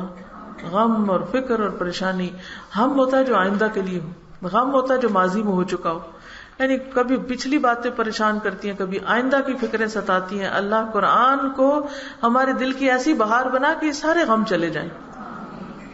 وقائدنا اور ہمارا قائد لیڈر, ودلیلنا اور ہمارا رہنما, الیک تیری طرف یعنی ہمیں تیری طرف لے جائے قرآن, وَإِلَى جَنَّاتِكَ جَنَّاتِ النَّعِيمِ اور تیری جنتوں کی طرف جو نعمتوں والی جنتیں ہیں. اللہم اے اللہ ذکرنا ہمیں یاد کرا دے، منہ اس میں سے، ما نسینا جو ہم بلا دیے گئے، وعلمنا اور ہمیں سکھا دے، منہ اس میں سے، ما جہلنا جو ہم نہیں جانتے، جس سے ہم لا علم ہیں، وارزقنا تلاوتہ آناء اللیل اور عطا کر ہمیں اس کی تلاوت رات کی گھڑیوں میں، رات کو بھی پڑھا کریں، واطراف النہار اور دن کے کناروں پر، یعنی دن کے دونوں کناروں پہ، علی الوجہ اس طریقے پہ پڑھیں، الذی یرضیک عنا جو تجھے ہم سے راضی کر دے، یعنی جس سے تو راضی ہو جائے. اللہم اے اللہ، اجعلنا بنا دے ہم کو، ممن ان میں سے جو یحل حلالہ اس کے حلال کو حلال کرتا ہے، ویحرم حرامہ اور اس کے حرام کو حرام سمجھتا ہے. اللہ ہمیں اس کو ویسا ہی لینے کی توفیق دے. ویؤمن بمتشابہ اور اس کے متشابہ پر ایمان رکھتا ہے، ویعمل بمحکمہ اور اس کے محکم پر عمل کرتا ہے. یعنی قرآن پاک میں دو طرح کی آیات ہے نا، متشابہات اور محکمات. تو محکم پر عمل کرتا ہے اور متشابہ پر ایمان لاتا ہے، شک نہیں کرتا. وَيَتْلُوهُ اور اس کی تلاوت کرتا ہے، حق تلاوتہ جیسا اس کی تلاوت کا حق ہے، علی الوجہ اس طریقے پر، الذی یرضیک عنا جو تجھے ہم سے راضی کر دے، جو تجھ کو ہم سے راضی کر دے. اللہم اے اللہ، اجعلنا بنا دے ہم کو، ممن ان لوگوں میں سے، یقیم حروفہ جو اس کے حروف کو قائم کرتا ہے، وہ حدودہ اور اس کے حدود کو، یعنی تلاوت بھی اچھی کرتا ہے اور احکام بھی مانتا ہے. ولا تجعلنا اور نہ بنا ہم کو، ممن اس میں سے، یقیم حروفہ جو اس کے حروف کو تو قائم رکھتا ہے، یعنی حروف تو بڑے اچھے ہیں، مخارج بڑے اچھے ہیں، خوب اچھی طرح تلاوت کرتا ہے، وَيُضَيِّعُ حُدُودَهُ اور اس کی حدود کو ضائع کر دیتا ہے، یعنی عمل نہیں کرتا. اللہم اے اللہ، اجعلنا من اہل القرآن ہمیں اہل قرآن میں سے بنا لے. الذین ہم اہلک وخاصتک وہ جو تیرا کنبہ اور تیرے خاص بندے ہیں، یعنی خاص تیرے لوگ. وخاصتک یا ذا الجلال والاکرام اے بزرگی اور عزت والے رب. اللہم اے اللہ، اجعلنا بنا دے ہم کو، ممن ان لوگوں میں سے، یقرأ القرآن جو قرآن پڑھتا ہے، فیرقا پھر چڑھتا ہے، ولا تجعلنا اور نہ ہمیں بنا، ممن یقرأ القرآن اس میں سے جو قرآن پڑھتا ہے، فیشقا پھر بدبخت ہو جاتا ہے. یا ارحم الراحمین اے ارحم الراحمین. ابھی اتنی دعائیں سن لیں پھر آگے پڑھیں گے، ٹھیک ہے. وصلنا به الحلل اے اللہ ہمیں اس قرآن کی بدولت زیورات پہنا، یعنی جنت کے حلل حلیہ سے. واسکننا اور ہمیں ٹھہرا، سکونت عطا فرما، بھی اس کے ذریعے، فی الجنان الظلل جنت کے گھنے سایوں میں. جنان جنتیں، الظلل سایہ دار. واسبغ به علینا النعم اسبغ عام کر دے، فراخ کر دے اس کے ساتھ، اس کے ذریعے، علینا ہم پر، النعم نعمتیں. وادفع به اور دور کر دے اس کے ذریعے، عنا ہم سے، النقم سزائیں، تکلیف. وجعلنا به اور بنا دے ہمیں اس کے ذریعے، عند الجزاء من الفائزین جزا کے وقت، بدلہ ملنے کے وقت کامیاب ہونے والوں میں سے، یعنی اس قرآن کے ذریعے ہمیں کامیابی عطا کر، یہ مفہوم ہے. وعند البلاء من الشاکرین اور آزمائش کے وقت بھی شکر کرنے والوں میں سے، کیونکہ اس کی بھی کوئی وجہ ہوتی ہے کہ اللہ تعالیٰ انسان کو امتحان میں ڈالتا ہے اور اس کے ذریعے بھی خیر عطا کرتا ہے، درجے بلند کرتا ہے. یعنی مومن کو ایک کانٹا بھی چبھتا ہے تو اس کے بدلے اس کے لیے درجے بلند ہوتے ہیں، گناہ معاف ہوتے ہیں. وَإِنَّ النَّعْمَاءِ مِنَ الشَّاكِرِينَ اور نعمتوں کے وقت بھی شکر کرنے والوں میں سے بنا دے. وَعِندَ الْبَلَاءِ مِنَ الصَّابِرِينَ اور تکلیفوں کے وقت صبر کرنے والوں میں شامل کر لے. وَلَا تَجْعَلْنَا اور نہ تو بنا ہم کو، ممن ان میں سے جو، استہوتہ الشیاطین کہ شیطان ان کو بھٹکا دیتے ہیں، فشغلتہ بالدنیا عن الدین تو اس نے اس کو مشغول کر دیا دنیا میں دین سے ہٹا کے. اللہ ہمیں ایسے لوگوں میں شامل نہ کرنا. یعنی بعض اوقات انسان دین کی طرف آتا ہے، قرآن پڑھتا ہے، دن رات قرآن کے ساتھ گزرتے ہیں، پھر کچھ عرصے کے بعد جب وہ ختم ہوتا ہے تو واپس وہ دنیا کی طرف لوٹتا ہے، اس میں اتنا مشغول ہو جاتا ہے کہ قرآن کو ہی بھلا دیتا ہے، دین کو ہی بھلا دیتا ہے. تو اللہ ہمیں ان لوگوں میں نہ شامل کرنا، کیونکہ یہ شیطان کی کارستانی ہوتی ہے. فَأَصْبَحَ مِنَ النَّادِمِينَ، تو وہ ہو گیا نادم ہونے والوں میں سے. وَفِي الْآخِرَةِ مِنَ الْخَاسِرِينَ، اور آخرت میں خسارہ پانے والوں میں سے. اللہم اجعل القرآن العظیم لقلوبنا ضیاء، اے اللہ بنا دے قرآن عظیم کو ہمارے دلوں کے لیے روشنی. ولابصارنا جلاء، اور ہماری آنکھوں کے لیے جلا بخشنے والا. ولاسقامنا دواء، اور ہماری بیماریوں کے لیے دوا. ولذنوبنا ممحصا، اور ہمارے گناہوں کو مٹانے والا. وعن النار مخلصا، اور ہمیں آگ سے خلاصی دینے والا، نجات دینے والا. اللہم اجعلہ شفیعا لنا، اے اللہ اس کو ہمارے لیے سفارشی بنا دے. وحجتا لنا، اور ہمارے حق میں حجت بنا دے. لا حجتا علینا، ہمارے خلاف حجت نہ بنا. اللہم اجعلنا، اے اللہ بنا دے ہمیں ممن اتبع القرآن، ان میں سے جو پیروی کرے قرآن کی. فساقہ وقادہ الی الجنہ، تو جو اسے چلائے اور لے جائے جنت کی طرف، رہنمائی کرے جنت کی طرف. یعنی جس کے لیے قرآن اسے جنت میں لے جانے کا ذریعہ بن جائے، ہمیں بھی ان میں شامل کر دے. ولا تجعلنا، اور نہ تو بنا ہم کو ممن اتبع القرآن، کہ جس نے پیروی کی قرآن کی یعنی پڑھا.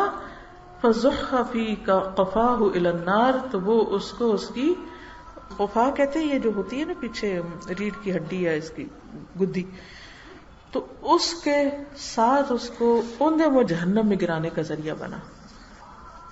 برحمتک، اپنی رحمت کے ساتھ. یا عزیز یا غفار، اے زبردست اور اے معاف کرنے والے رب.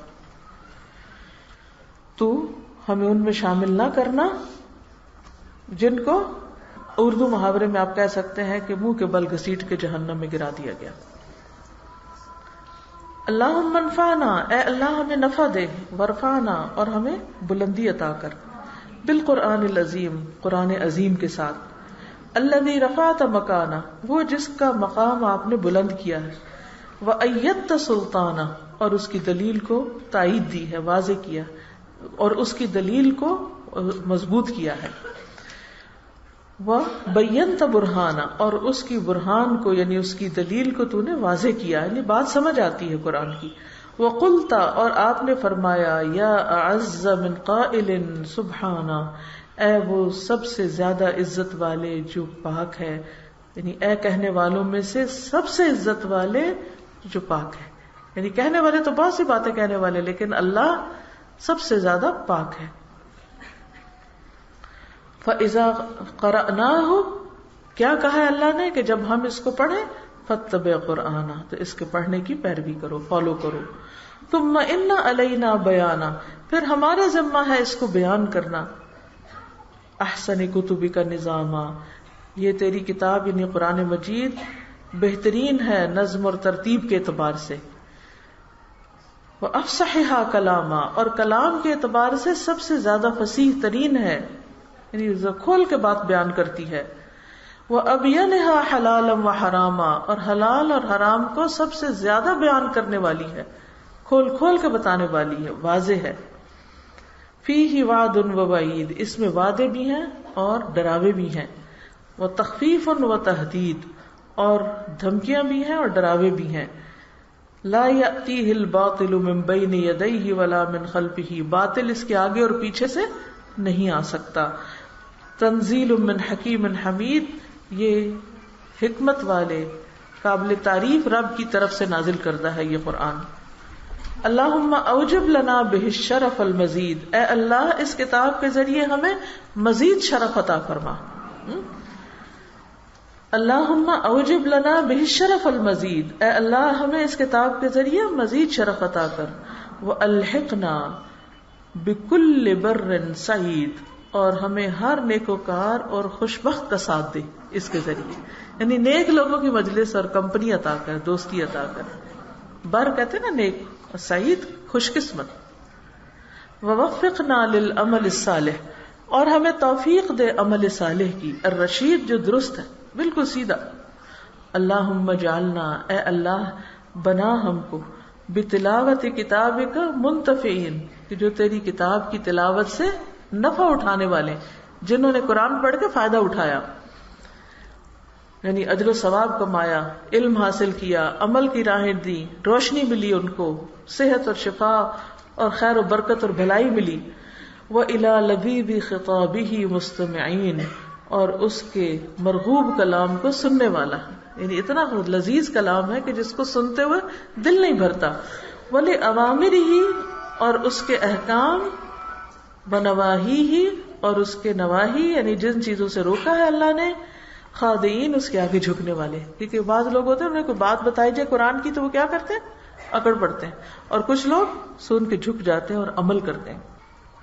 وَعِنْدَ خَتْمِهِ مِنَ الْفَائِزِينَ، وَعِنْدَ خَتْمِهِ مِنَ الْفَائِزِينَ، وَعِنْدَ خَتْمِهِ مِنَ الْفَائِزِينَ، اور اس کے ختم کے وقت کامیاب ہونے والے، اور اس کے ختم کے وقت کامیاب ہونے والے، اس کے ختم سے کامیاب ہونے والے. وَلِثَوَابِهِ حَائِزِينَ، اور اس کے ثواب کے سمیٹنے والے، جمع کرنے والے.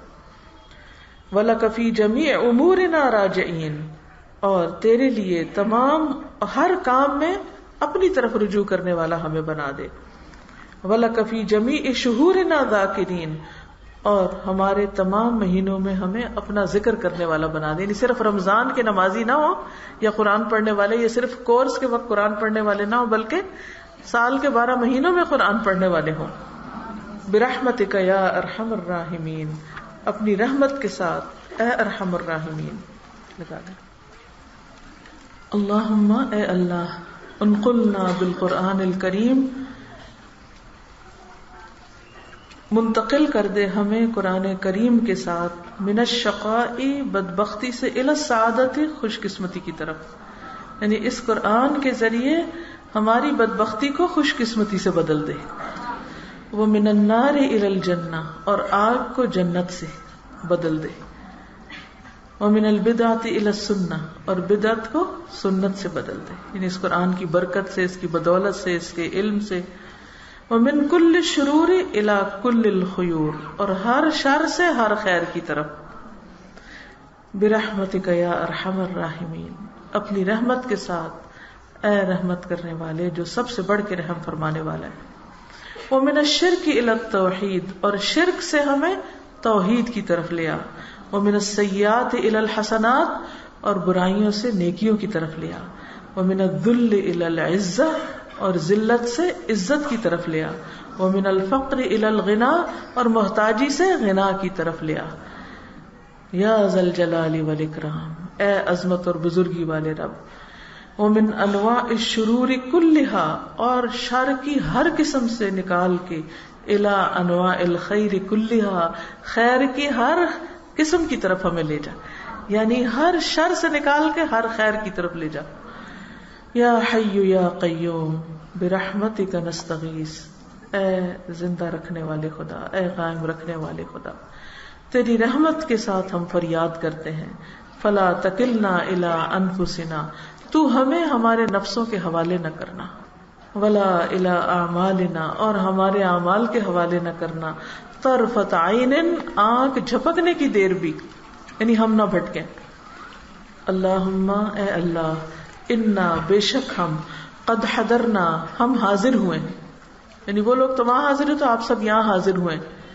ختم کتابک، تیری کتاب کے ختم کی محفل میں. الہنا، اے ہمارے رب. الہنا، اے ہمارے الہ. الہنا، اے ہمارے الہ. قد حضرنا ختم کتابک، وانخنا مطایانا ببابک، اور ہم نے اپنی سواریاں تیرے دروازے پہ لا بٹھائی ہیں، کیونکہ ہم تجھ سے مانگتے ہیں، تیری ہی طرف رجوع کرتے ہیں. فلا تطردنا عن جنابک، تو ہمیں اپنی جناب سے نہ دھکیل، یعنی دور نہ کر، اپنی رحمت سے دور نہ کر. ولا تطردنا عن جنابک، تو ہمیں اپنی درگاہ سے نہ دھتکار. فلا تطردنا عن جنابک ولا تردنا عن بابک، اور اپنے دروازے سے مت لوٹانا. ولا تردنا عن بابک، اور اپنے دروازے سے نہ لوٹانا، فإن رددتنا، کیونکہ اگر تو نے لوٹا دیا، پھیر دیا، فإنه لا حول ولا قوة الا بک، تو بے شک ہمارے لیے تیرے سوا کوئی مدد اور قوت نہیں. لا الہ الا اللہ، اللہ کے سوا کوئی الہ نہیں. یا منان، اے احسان کرنے والے. یا من بیدہ ملکوت کل شیء، اے وہ رب جس کے ہاتھ میں ہر چیز کی بادشاہت ہے. یا من وسعت رحمتہ کل شیء، اے جس کی رحمت ہر چیز پہ چھائی ہوئی ہے. یا واسع المغفرہ، اے وسیع مغفرت والے. یا دائم الاحسان، اے ہمیشہ احسان کرنے والے. یا عظیم المن، اے عظیم احسان کرنے والے، عظیم محسن. نسألک، ہم تجھ سے سوال کرتے ہیں. اللہم، اے اللہ، ان تغفر ذنوبنا، کہ تو ہمارے گناہوں کو معاف کر دے، تو ہمیں بخش دے.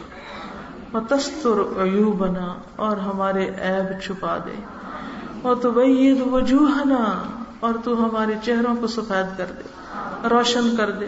وترفع فی الجنان منازلنا، اور جنتوں میں ہماری منزلیں بلند کر دے. برحمتک یا ارحم الراحمین، اپنی رحمت خاص کے ساتھ اے ارحم الراحمین. الہنا، اے ہمارے الہ. وبارئنا، اور اے ہمارے رب، اے ہمارے پیدا کرنے والے، اے باری تعالی. وخالقنا، اور اے ہمارے خالق. ورازقنا، اور اے ہمارے رازق. عز جارک، بہت مضبوط ہے تیری پناہ. وتقدست اسماؤک، اور بہت پاکیزہ ہیں تیرے نام. ولا حول ولا قوت الا بک، اور نہیں کوئی قوت اور طاقت مگر تیرے ہی ساتھ. لک الحمد، تیرے ہی لیے تعریف ہے. اللہم انت قلت وقولک الحق، اے اللہ تو نے فرمایا اور تیرا قول برحق. ادعونی استجب لکم، کہ تم مجھے پکارو میں تمہاری دعا قبول کروں گا. اللہم ھذا الدعاء، اے اللہ یہ ہے دعا. ومنک الاجابہ، اور تیرے ساتھ ہے، تجھ سے ہی ہے قبولیت، تو ہی قبول کرنے والا ہے. وآخر دعوانا ان الحمد للہ رب العالمین، اور آخری بات ہماری پکار یہی ہے کہ تمام تعریفیں اللہ رب العالمین کے لیے ہیں. اللہم تقبل منا ختم القرآن، اے اللہ ہم سے ختم قرآن قبول فرما. وتجاوز عنا، اور درگزر فرما ہم سے. ما کان فیہ من زیادت او نقصان، کہ ہم سے جو بھی زیادتی یا کمی ہوئی، یعنی کمی بیشی ہوئی. او خطا او سہو او نسیان، یا کسی قسم کی خطا یا بھول چوک، یا اللہ ان سب سے تو درگزر فرما. اللہ ہم سب کو صحت اور تندرستی عطا فرما، ہمارے ایمان میں اضافہ فرما، ہمارے اخلاص، توکل، یقین اور تقوی میں اضافہ فرما. اللہ ہمارا ہر دن پچھلے دن سے زیادہ بہتر ہو، ہم ایمان اور عمل صالح میں ترقی کریں. اللہ ہماری اولادوں کو بھی ہدایت دے، اللہ انہیں سیدھے راستے پر چلا، اللہ انہیں اپنے دین کے کام کے لیے چن لے. یا رب العالمین تو ہماری آخرت اچھی کر دے. اللہ رزق حلال عطا فرما، ہر حرام سے بچا. یا رب العالمین تو ہمارے گناہوں کو معاف کر دے، ہماری خطاؤں سے درگزر فرما دے. اللہم اکفنا بحلالک عن حرامک واغننا بفضلک عمن سواک. یا اللہ جتنی بھی بہنیں آئی ہیں سب کا آنا قبول فرما، سب کو بہترین جزائے خیر عطا فرما. جنہوں نے اس مجلس کا اہتمام کیا ہے یا اللہ انہیں اس کی بہترین جزا عطا فرما. جنہوں نے اپنا وقت اور مال لگایا یا اللہ ان سب کا قبول فرما. یا اللہ ان بچیوں نے اتنا وقت لگا کر جو پڑھا ہے، سیکھا ہے، سمجھا ہے اور ہر تکلیف میں اس کام کو جاری رکھا ہے، یا اللہ انہیں آئندہ زندگی میں بھی استقامت نصیب فرما اور اس قرآن کی برکتیں انہیں دنیا اور آخرت میں دکھا. یا اللہ ہم سب کو توفیق دے کہ ہم آگے تیرے باقی بندوں تک اس خیر اور بھلائی کو لے جائیں. یا حی یا قیوم برحمتک نستغیث. اللہ وہ دعائیں بھی قبول فرما جو ہم مانگ چکے ہیں اور وہ بھی جو ہم وقت کی کمی کے باعث مانگ نہیں سکے. یا اللہ تو ہمارے دلوں کے حال اور ہماری ضروریات کو جانتا ہے، اللہ تو اپنی رحمتوں سے پورا کر دے. ربنا تقبل منا انک انت السمیع العلیم وتب علينا إنك أنت التواب الرحيم. وصلى الله تعالى على خير خلقه محمد وعلى آله وأصحابه وأهل بيته أجمعين برحمتك يا أرحم الراحمين. إلهي آمين. سبحانك اللهم وبحمدك نشهد أن لا إله إلا أنت نستغفرك ونتوب إليك. السلام علیکم ورحمۃ اللہ وبرکاتہ.